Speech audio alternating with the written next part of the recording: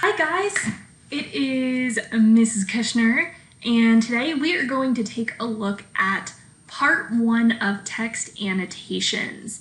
Make sure you have your notes ready to go, and let's get started. All right, in this video you will learn the difference between active and passive reading and why active reading matters. So first, I ask you, what do these have in common?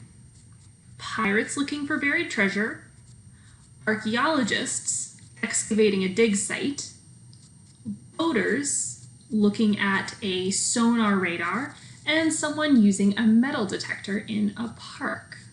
Pause the video and take a moment to think about your answers. All right, if you said, well, they're all using some sort of tool, you would be right.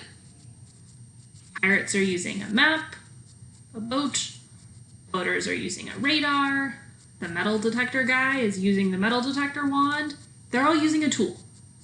Next, that's something that they're looking for is valuable to them and it's hidden or it's buried. And finally, they didn't just find it sitting on the beach.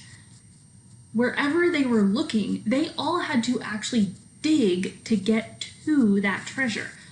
They had to dig into the ground if they're the archaeologist, or the boater, they had to send divers down and dig into the water to get what it was that they were looking for under the water.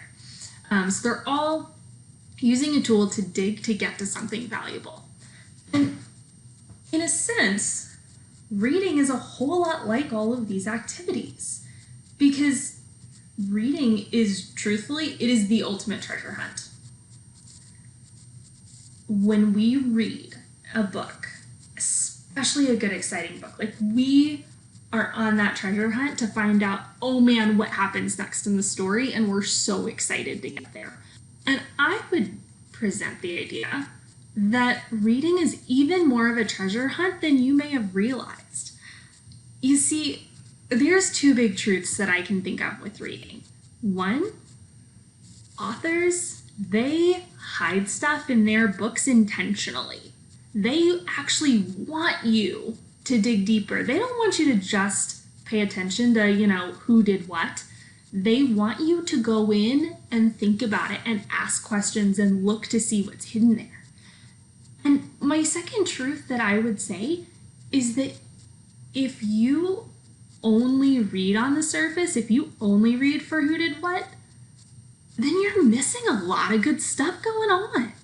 There's so much cool stuff happening in books that we're missing out on if that's the only level we read.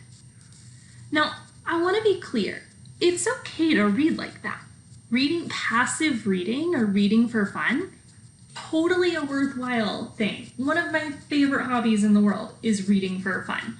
But there's also a place in our reading for active reading. And we want to be intentional when we read about why am I reading and what type of reading am I doing right now. So to go back to this treasure hunt metaphor, when you think of passive reading, it is like watching the treasure hunt video. It is sitting on your couch and it is watching the Pirates of the Caribbean movie, or it is sitting on your couch watching the Indiana Jones movie. Super fun, but you're not having to think any more deeply about that story than just who did what. Now, the other kind of reading we do is active reading, and really this can be summed up as saying it's reading with intention.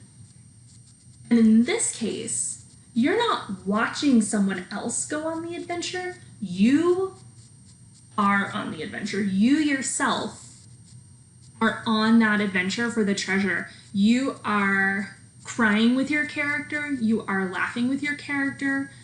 You are following the twists and the turns because you're so actively reading that you're digging into that. And active reading looks a lot of different ways. We're going to get into that not in this video, but in a little bit coming up. So before we go forward, want you to take a moment and write down on your notes one book that you read passively, an example of a book that you read passively for fun. I want you to write down one book that you read actively, a book where you did dig in a little more. You did have some of these active participant things.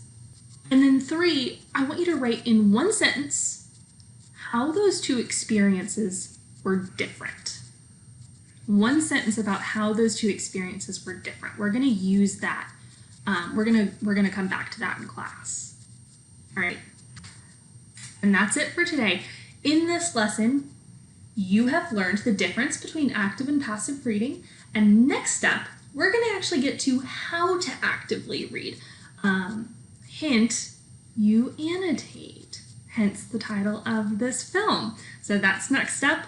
Finally, take action now. On your notes, I want you to write a question about today's lesson, something that you are stuck on, stuck in your mind, you want to know more about, write it down. If you don't have any questions, that's okay. Think of a question that your classmate probably does have, something you think they're going to be stuck on. Write that question down instead. All right, great work today, and I will see you next time.